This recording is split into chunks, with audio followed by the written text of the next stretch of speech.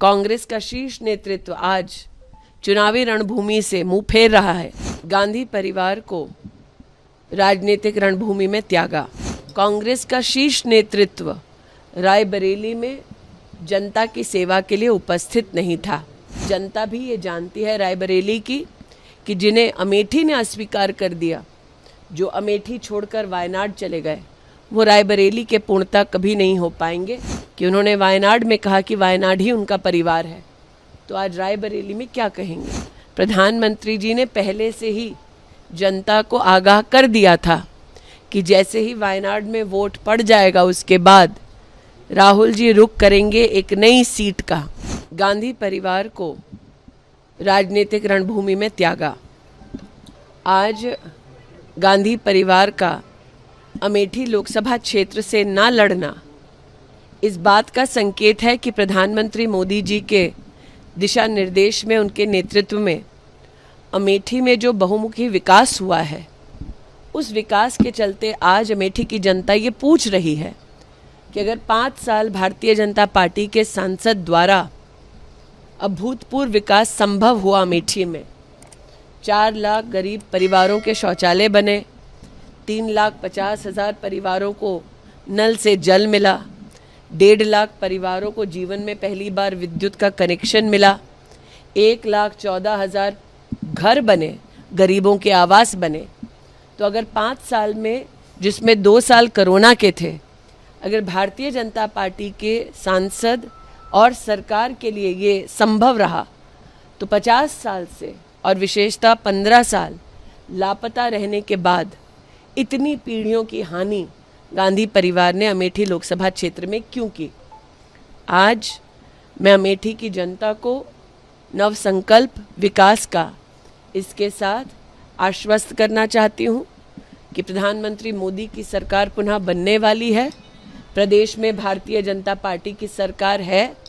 दोनों सरकारों के मध्य में समन्वय कर हम विकास को केंद्र बिंदु बनाकर यहाँ काम करते रहेंगे। अमेठी के भारतीय जनता पार्टी के सभी कार्यकर्ताओं का पुरुषार्थ और परिश्रम, मेरे नेतृत्व का आशीर्वाद, उनका मार्गदर्शन आज अमेठी में चुनाव में वोट पड़ने से पहले ही एक इतिहास रच चुका है। और 20 मई को जब हमारे नागरिक पोलिंग बूथ पर जाएंगे, नरेंद्र मोदी जी को पुनः अपना आशीर्वाद देंगे, तब अमेठी लोकसभा क्षेत्र में एक नया इतिहास रचा जाएगा। अमेठी की जनता के प्रति मैं जितना आभार वंदन करूं उतना कम है।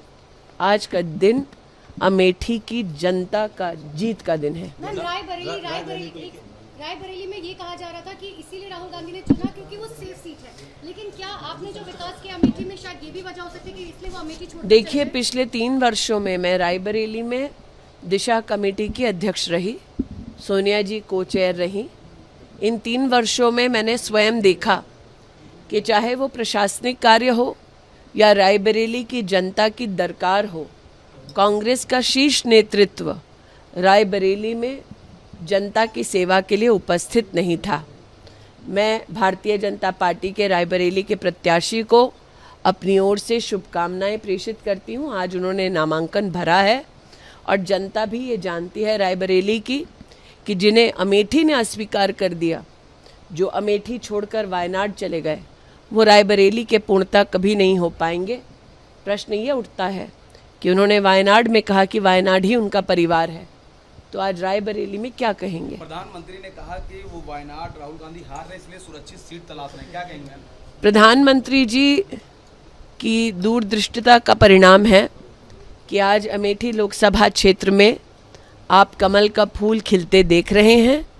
प्रधानमंत्री जी ने पहले से ही जनता को आगाह कर दिया था कि जैसे ही वायनाड में वोट पड़ जाएगा उसके बाद राहुल जी रुख करेंगे एक नई सीट का। प्रधानमंत्री के शब्द साक्षात आपके सामने धरा पर इम्प्लीमेंट होते आप देख पा रहे हैं। इसलिए आज मैं प्रधानमंत्री जी के उस स्वर को पुनः आपके सम्मुख प्रस्तुत करती हूँ जब उन्होंने कहा कि कांग्रेस का शीर्ष नेतृत्व आज चुनावी रणभूमि से मुंह फेर रहा है, क्योंकि वो भी जानते हैं कि अब राष्ट्र भर में एक ही स्वर गूंज रहा है। फिर एक बार केंद्र में मोदी की सरकार। स्मृति जी, क्योंकि अब प्रियंका गांधी ने कहा है कि जब तक चुनाव नहीं होते तब तक प्रियंका गांधी और वाड्रा जो है वो यहीं पर रहेंगे अमेठी में। मेहमानों का स्वागत है, हम लोग अतिथियों के स्वागत में कोई कसर छोड़ेंगे नहीं। इतना ही कह दूं कि अमेठी से गांधी परिवार का ना लड़ना इस बात का संकेत है कि कांग्रेस पार्टी चुनाव में एक वोट पड़ने से पहले ही अमेठी से अपना हार स्वीकार कर चुकी है, क्योंकि अगर उन्हें लगता कि यहाँ जीत की कोई भी गुंजाइश है तो वो यहाँ से लड़ते, अपने प्रॉक्सी को ना लड़ाते।